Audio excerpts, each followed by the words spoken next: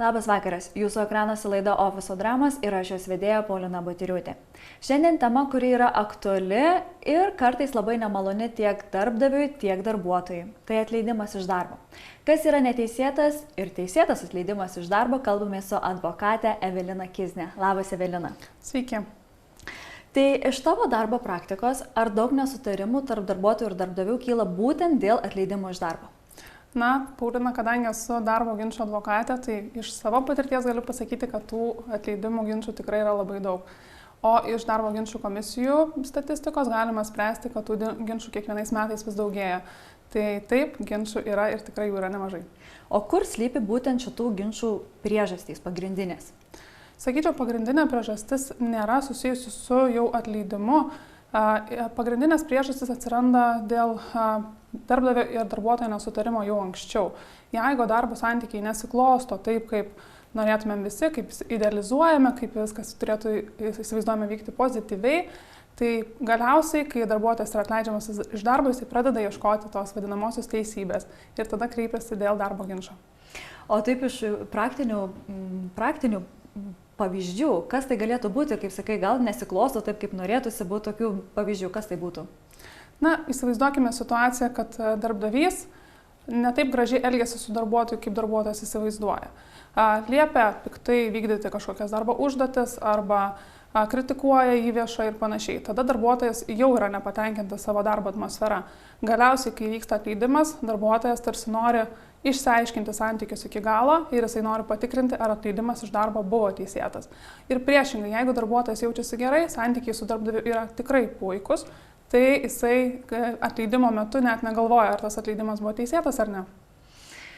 Man gana dažnai tenka girdėti tokį pasakymą, kad ginčuose laimi dažniausiai darbuotojas, nes neva darbuotojas labiau gina įstatymas. Tai mitas ar tiesa? Vienareikšmiškai atsakyti tikrai negaliu iš tą klausimą, tai nebus atsakymas taip arba ne. Reikia suprasti, kam yra sukurta darbo teisė. Tai darbo teisė visų pirma sukurta yra abiems. Tai tiek ir darbdaviams, tiek ir darbuotojams. Darbuotojams, aišku, ten mes matome daugiau yra suteikta garantijų, kurias privalo taikyti darbdaviai. Tai jeigu taip žiūrint į darbo įstatymus, tarsi darbuotojas asmuo saugomas yra labiau. Bet kalbant apie atleidimus iš darbo, reikia pasakyti, kad ten yra tiesiog numatytos taisyklės, kaip reikia atleisti darbuotoją. Ir jeigu darbdavys jų nesilaiko, tai toks atleidimas gali būti pripažįstamas iš darbo neteisėtu.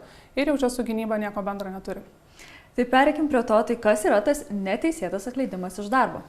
Neteisėtas atleidimas tai yra toks atleidimas, kai darbuotojas yra atleidžiamas neturint teisėtos priežasties arba pažeidžiant įstatymę numatytą atleidimo tvarką. Ta teisėta priežastis, tai pavyzdžiui, jeigu pasikeičia darbdavio darbo organizavimas ir jam jau tuo metu nebereikia tiek daug darbuotojų. Etatų mažinimas, kitaip tariant. Taip, aš noriu prie to prieiti. Tai jeigu pasikeičia darbo organizavimas ir atsiranda tas pagrindas, tas teisėtas pagrindas mažinti darbuotojų skaičių, tai darbdavys gali naikinti etatus. Jeigu jisai tiesiog sugalvoja, kad jam nepatinka darbuotojas ir jisai sako, aš sumažinsiu to konkretaus darbuotojo etatą, tai jau nėra pagal teisę. Na ir taip pat atleidimo tvarka, jos būtina laikytis. Reikalinga darbuotojus įspėti, reikalinga laikytis terminų, reikalinga ir atkreipti dėmesį į darbo kodeksą numatytus ribojimus, jeigu tokių yra. Na ir kruopščiai viską dokumentuoti, nes tai yra teisinis procesas, kuris turėtų būti vykdomas nuosekliai. Ir darbdavys turi būti pasiruošęs, kad jeigu kažkas nutiktų, jeigu vis tik tai tas ginčas iškiltų darbo, tai jisai turėtų būti pasiruošęs įrodyti, kad darbuotoją atleido teisėtai. O kalbant apie pinigus, ar visais atleidimo atvejais darbuotojui priklauso išeitinės išmokos? Tikrai ne visais ir yra tokių atvejų, kai darbuotojas gali būti atleidžiamas iš darbo be įspėjimo ir be kompensacijų. Kalbu apie tai, kai darbuotojas padaro šiurkštų darbo pareigų pažeidimą arba pakartotinį pažeidimą per 12 mėnesių laikotarpį. Tai tokiais atvejais tikrai darbuotojui kompensacija nepriklauso, kai jis yra atleidžiamas. Taip pat kompensacija nepriklauso, jeigu darbuotojas iš darbo išeina pats savo noru. Na, nebent išeina dėl svarbių priežasčių, bet čia jau kita tema. Ir taip pat, sakykime, jeigu jau aptariam šios du dalykus, šios du atleidimus pagal teisę, kada kompensacija nepriklauso, Visais kitais atvejais, kai darbdavys inicijuoja darbuotojo atleidimą savo noru, savo valia ir kai nėra darbuotojo kaltės, tai darbuotojas galėtų tikėtis kompensacijos, kurios dydis turėtų siekti nuo pusės vidutinio darbo užmokesčio iki 6 vidutinių darbo užmokesčių arba netgi daugiau. O čia yra tam tikras laikotarpis, po kiek laiko ten žmogus turi būti išdirbęs, kad jam skaičiuotųsi išeitinė išmoka ar nebūtinai? Nebūtinai. Iš tiesų išeitinės išmokos dydis yra paskaičiuojamas pagal tą įstatymo straipsnį, pagal kurį darbuotojas yra atleidžiamas. Tarkim, jeigu yra naikinamas jo etatas, naikinama jo perteklinė pareigybė, tai vyksta atleidimas pagal darbo kodekso 57 straipsnį. O 57 straipsnėje yra numatytas kompensacijos dydis. Darbuotojui dirbančiam iki 1 metų mokama pusė vidutinio atlyginimo, o darbuotojui dirbančiam daugiau negu 1 metus mokami 2 vidutiniai atlyginimai. Taip pat pagal šitą straipsnį gali darbuotojas tikėtis ir ilgalaikio darbo išmokos, kurią moka valstybė. Pirmai minėjai apie šiurkštų darbo pažeidimą, kada gali būti atleidžiamas čia ir dabar be įspėjimo. Įnešk aiškumo, kas yra tas šiurkštus darbo pažeidimas? Tai toks labai rimtas ir labai intensyvus pažeidimas, kur jau nekyla abejonių, kad darbuotojas nebenusipelno tęsti darbo santykių ir jis turi būti atleidžiamas iš darbo. Pavyzdžiui, darbo kodeksas numato nebaigtinį sąrašą tokių pažeidimų. Tai tarkim, darbuotojas neatvyksta į darbą visą darbo dieną arba savo pamainą, arba įvykdo vagystę, arba atvyksta neblaivus į darbą. Na ir taip toliau. Tai yra tikrai rimti pažeidimai, kur mes patys suprantame, kad taip neturėtų būti ir darbdavys turi teisę tokį darbuotoją atleisti. Po pirmo karto? Net ir po pirmo karto, jeigu tikrai tas elgesys ir tas veiksmas, kurį darbuotojas padarė, neturi pateisinamos priežasties ir, na, sakykime, tikrai matosi, kad darbuotojas nusižengė taip šiurkščiai, kad jisai nusipelno to atleidimo. Tai čia reikėtų vertinti darbdaviui, nebūtinai darbuotojas, kuris netvyko visą darbo dieną, pavyzdžiui, į darbą, gali būti atleidžiamas iš darbo. Reikia vertinti situaciją ir nustatyti, ar tai yra ta situacija, dėl kurios mes atleisdami darbuotojai išlaikysim proporcingumą tarp pažeidimo ir tarp atleidimo. O ar yra tokių atvejų, kada pagal įstatymą darbuotojas negali būti atleistas? Įstatymas riboja tam tikrų darbuotojų atleidimus tam tikrais atvejais. Tai tarkim, saugomos yra nėščios darbuotojos, darbuotojai auginantis vaikus iki 3 metų. Kaip pavyzdys, darbuotojai tie, kurie augina vaikus iki 3 metų, jie negali būti atleidžiami 3 pagrindais. Dėl pareigybės naikinimo, kaip jau mes aptarėme, taip pat negali būti atleidžiami dėl prastų savo darbo rezultatų ir negali būti atleidžiami, jeigu nesutinka dirbti pakeistomis darbo sąlygomis. O nėščios darbuotojas yra, sakykime, taip numatyta, kada jos gali būti atleidžiamos, įvardinta, kokiais pagrindais jos gali būti atleidžiamos. Tai tie pagrindai tai yra, kai jos pačios nori išeiti, arba kai baigėsi terminuotas darbo sutarties terminas, arba kai pasibaigia pats darbdavys. Tai va tokie tie atvejai.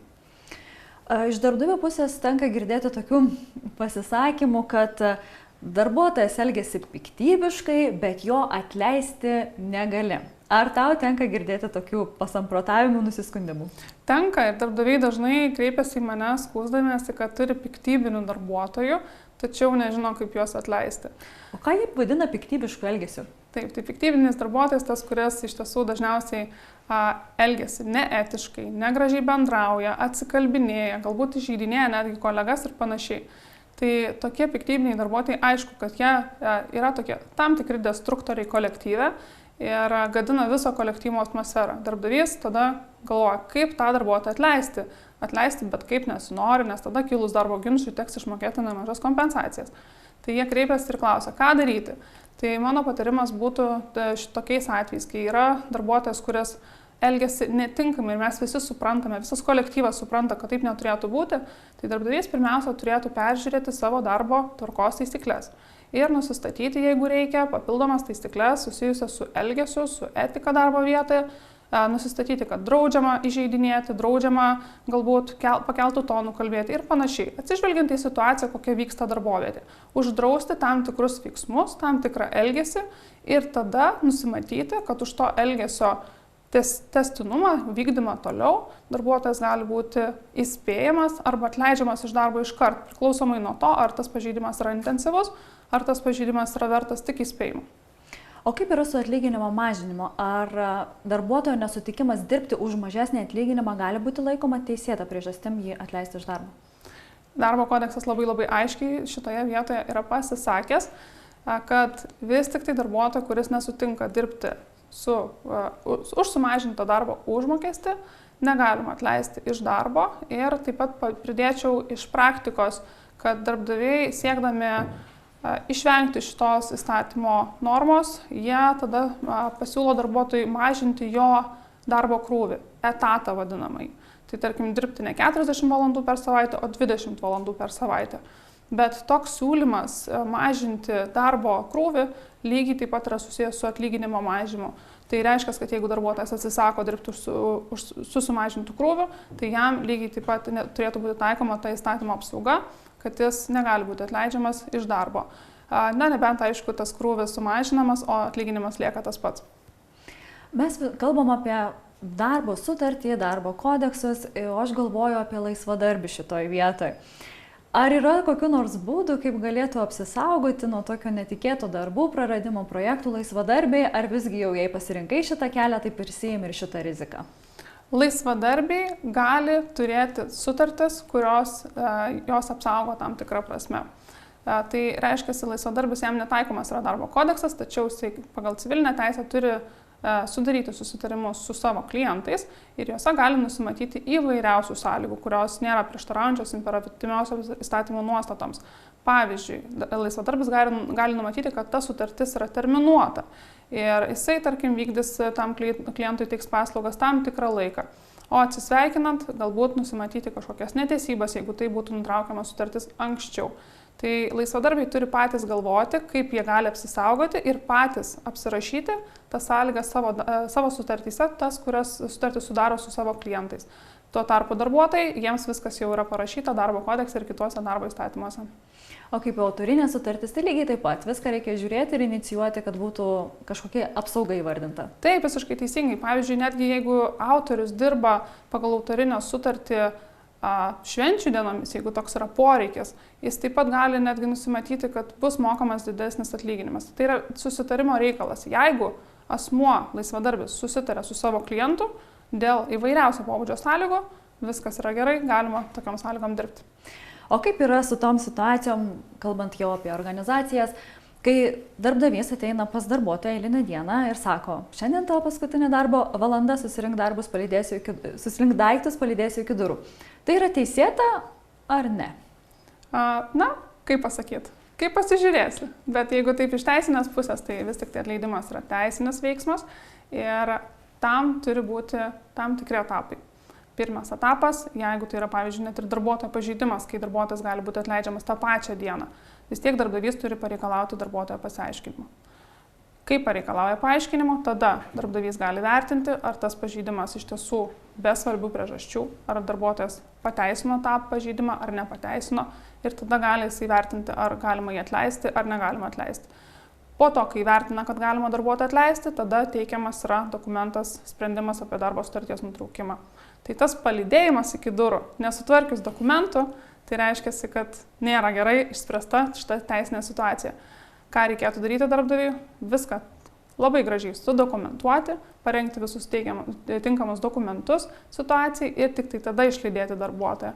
Nes jeigu to darbdavys nepadarys, iškilus darbo ginčui, greičiausiai jis nesugebės ir įrodyti, kad atleidimas iš darbo buvo teisėtas.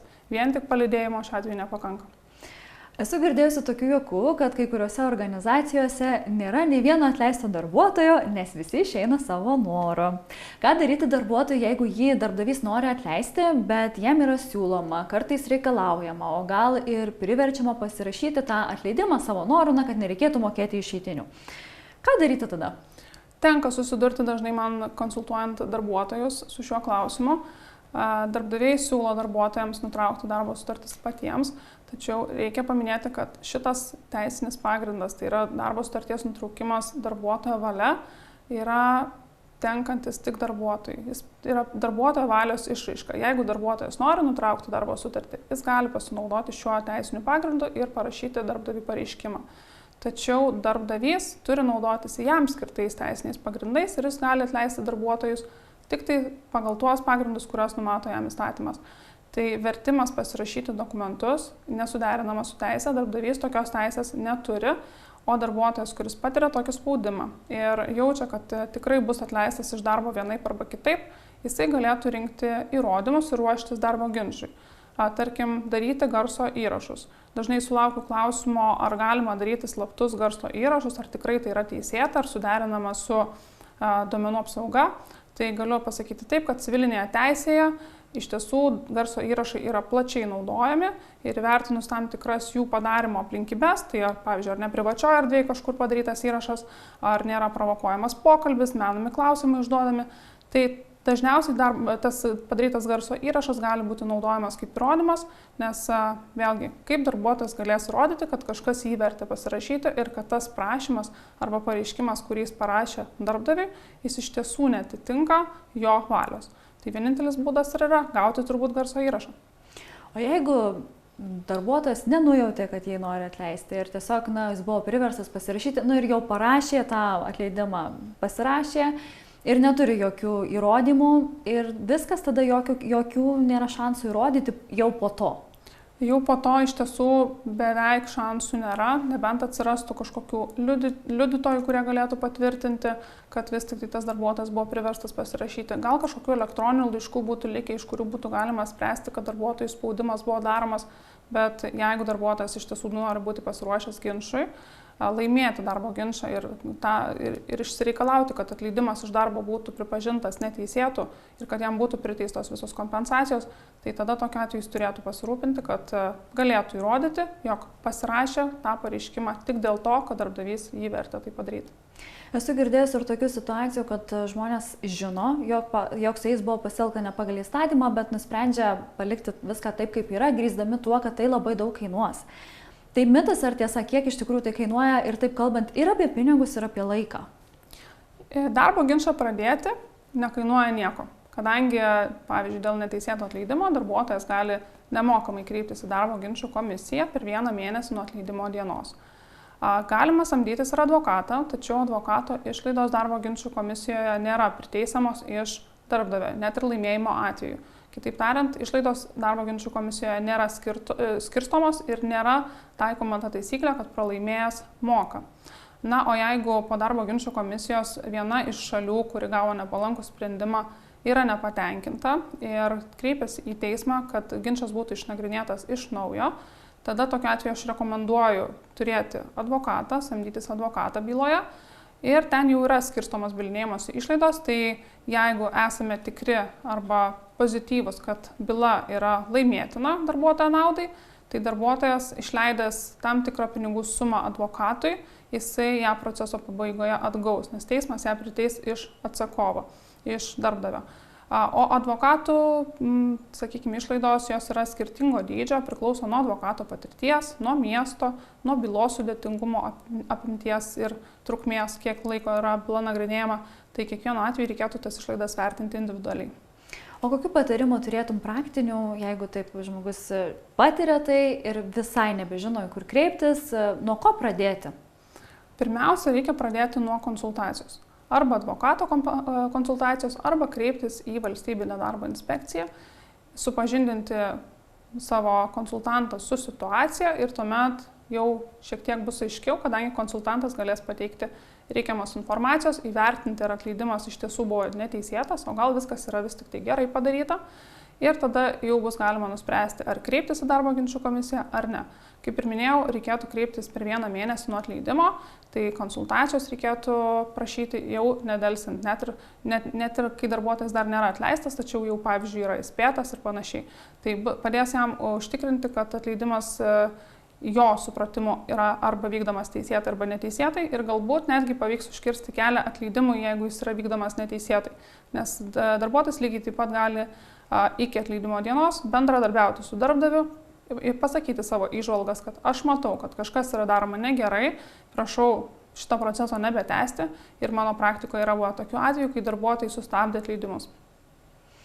O iš tavo darbo praktikos, kas visgi darbo ginčus laimi dažniau? Ar darbuotojai ar darbdaviai? Laimi iš tiesų tie, kas gerai viską padaro nuo pat pradžių. Tai jeigu darbdavys puikiai susitvarko su dokumentacija ir turi teisėtą pagrindą, laikosi tvarkos įstatymų numatytos, tai tikrai tas darbdavys laimi. O jeigu darbuotojas yra puikiai pasiruošęs ginčui ir ateina su įrodymais ir su visa savo informacija, kurią reikia pateikti darbo ginčą nagrinėjančiam organui, tai tada toks darbuotojas parodys, kad ta situacija buvo netinkamai išspręsta, kad darbdavys netinkamai taikė teisės normas, tikrai laimi darbuotojas. Tai viskas priklauso nuo mūsų, kaip mes pasiruošime tam ginčui, net jeigu ir mes nenorime ginčytis, net jeigu ir neplanuojame ginčytis, vis tiek mes turime daryti viską taip, kad būtumėm pasiruošę galimam ginčui. O kalbant apie laiką, bandantys suprasti, kiek čia trunka, ar tai savaitę, mėnesį, metus, kiek gali trukti visas šitas procesas nuo kreipimosi, nuo pradžios iki jau sprendimo, kas čia teisus, kas ne. Kadangi darbo ginčų komisija yra tik pirmas etapas, kuris, sakykime, trunka 1-2 mėnesius, kartais 3, tai nesakyčiau, kad per 3 mėnesius mes jau tikrai turėsime tą galutinį sprendimą. Dažnai keliaujama ir į teismą. Pasibaigus darbo ginčų komisijai galima kreiptis į teismą, sakyti, kad aš noriu, kad šitas ginčas būtų išnagrinėtas iš naujo. Ir tada jau teisme viskas priklauso nuo teismo užimtumo, nuo teisėjo operatyvumo, nuo to, kaip šalis atvyksta į posėdžius ar neatvyksta, būna, tarkim, sarga šalis, negalima nagrinėti, teismo posėdžiai atidedami, bet taip vidutiniškai, sakyčiau, 1 metai yra tas laikas, kada jau mes turėsime galutinį sprendimą pirmosios instancijos teisme. Jeigu šalis apeliuoja sprendimą, keliauja aukščiau, tai tuomet dar reikės palaukti. Na ir pabaigai labai trumpai yra toks posakis, vakar ieškojau teisybės darbe, šiandien ieškau naujo darbo. Ar šitas posakis yra tinkamas Lietuvos darbo rinkai? Jeigu imsime tą situaciją, kad darbuotojas dar nėra atleistas ir jisai jau pradeda ieškoti teisybės, jisai pradeda kelti priekaištus darbdaviui ir įrodinėja, kad darbdavys kažką netinkamai daro pagal darbo teisę, tenka matyti tikrai, kad tada prieš tokį darbuotoją pradedamas vykdyti koks nors, pavyzdžiui, psichologinis smurtas, jisai pradeda gauti užduočių, kurių kiti negauna, arba pradedama jį vertinti kitaip negu visus kitus darbuotojus. Jis toks tampa po padidinamuoju stiklu. Tai geriau jau su darbdaviu nesipykti, vis tiek tie santykiai darbo turėtų būti pozityvus. Ir jeigu jie bus pozityvus, tada nereikės ieškoti kito darbo, bet jeigu pyksimės nuo pat pradžių dirbdami, tai gali tekti tikrai ieškoti kito darbo. Ačiū už pokalbį. Šiandien tai buvo viskas, ką mes kartu su Evelina spėjome Jums papasakoti. Susitikime prie ekranų kitose Ofiso dramų laidose. Iki.